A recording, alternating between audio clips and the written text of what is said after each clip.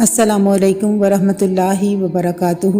نحمدہ ونسلم علی رسولہ الکریم اما بعد فاعوذ باللہ من الشیطان الرجیم بسم اللہ الرحمن الرحیم۔ ناظرین، Islamic library studio YouTube channel پر ماہ رمضان کی رحمتوں اور بابرکت ساعتوں میں کی گئی سوالیاتی نشستوں کے بعد آج سے ہم پچھلی ترتیب کو جاری رکھتے ہوئے ہر بدھ کے روز شیخ الاسلام ڈاکٹر محمد طاہر القادری کی ایک اور کتاب امہات المومنین رضی اللہ عنہن کے فضائل و مناقب کے مطالعہ کا آغاز کرنے جا رہے ہیں۔ ہمارا آج کا موضوع ہے ام المومنین حضرت خدیجہ رضی اللہ عنہا کے مناقب کا بیان۔ ناظرین، اس موضوع کو طوالت کی بنا پر 3 حصوں میں تقسیم کیا گیا ہے۔ آج پہلے حصہ کا مطالعہ کیا جائے گا، تو آغاز کرتے ہیں ام المومنین حضرت خدیجہ رضی اللہ عنہا کے مناقب کا بیان۔ حضرت عائشہ صدیقہ رضی اللہ عنہا فرماتی ہیں کہ میں حضور نبی اکرم صلی اللہ علیہ وآلہ وسلم کی ازواج مطہرات میں سے کسی پر اتنا رشک نہیں کرتی جتنا حضرت خدیجہ رضی اللہ عنہا پر، حالانکہ وہ میرے نکاح سے پہلے ہی وفات پا چکی تھیں، لیکن میں آپ صلی اللہ علیہ وآلہ وسلم کو ان کا کثرت سے ذکر فرماتے ہوئے سنتی تھی کہ اللہ تعالیٰ نے آپ صلی اللہ علیہ وآلہ وسلم کو حکم فرمایا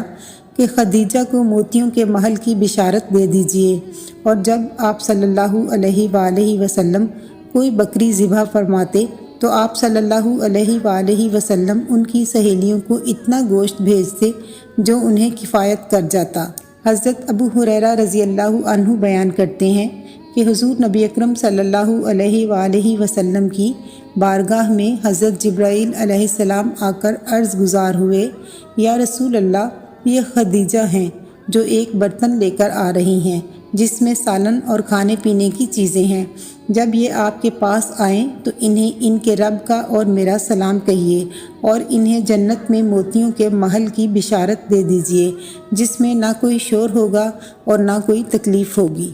حضرت اسماعیل سے مروی ہے کہ حضرت عبداللہ بن ابی اوفی رضی اللہ عنہ سے پوچھا گیا کہ کیا حضور نبی اکرم صلی اللہ علیہ وآلہ وسلم نے حضرت خدیجہ رضی اللہ عنہا کو بشارت دی تھی؟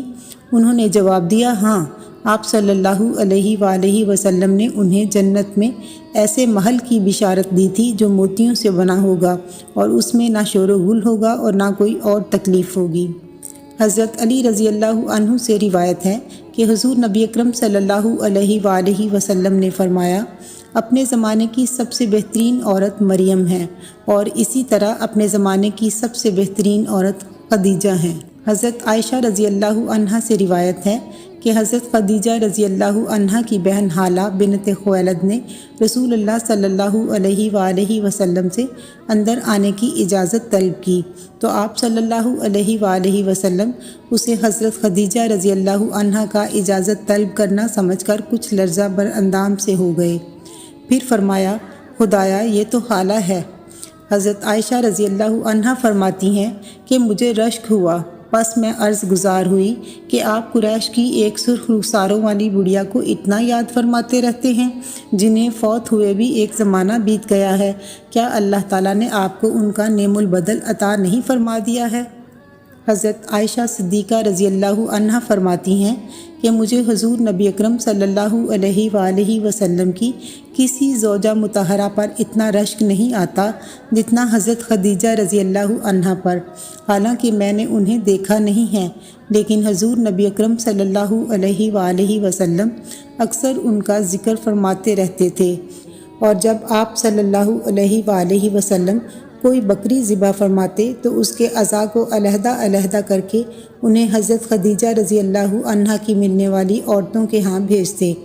کبھی میں اتنا عرض کر دیتی کہ دنیا میں کیا حضرت خدیجہ کے سوا اور کوئی عورت نہیں ہے؟ تو آپ صلی اللہ علیہ وآلہ وسلم فرماتے، ہاں، وہ ایسی ہی یگانہ روزگار تھیں اور میری اولاد بھی ان سے ہے۔ اس کے ساتھ ہی ناظرین، ہمارے آج کے مطالعہ کا وقت ختم ہوتا ہے۔ آئندہ بدھ تک کے لیے اجازت دیجیے۔ اللہ حافظ۔